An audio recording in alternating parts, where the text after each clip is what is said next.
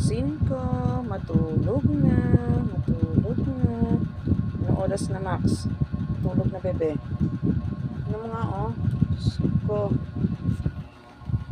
1:25 a.m. na. It's Sunday.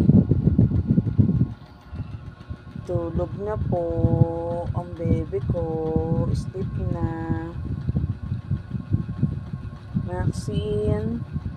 Tulog na yan? Tulog na yung Maxine ko? Oh, tulog na pala yung Maxine ko. Kawawa naman. Ag-i-sleep na pala yan. Very good naman yan. At ang bunso, taran! Sosyal, baliktad. At si Maxine dyan. Ang bunso, oh. Si bunso. Ang bunso ko, talagang kailangan dito sila sa akin, matulog. Kasi, sarap tulog na yan, oh. Hinihilig pa po yan.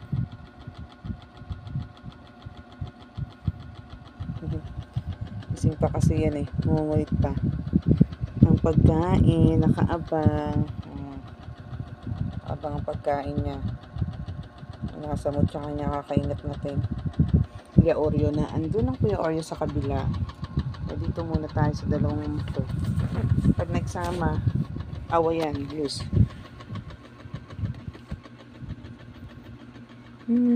Sin.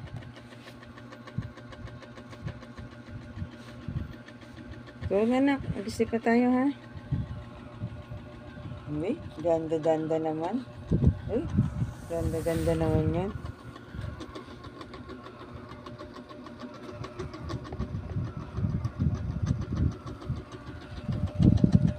Sabi na, gising pa yan yun.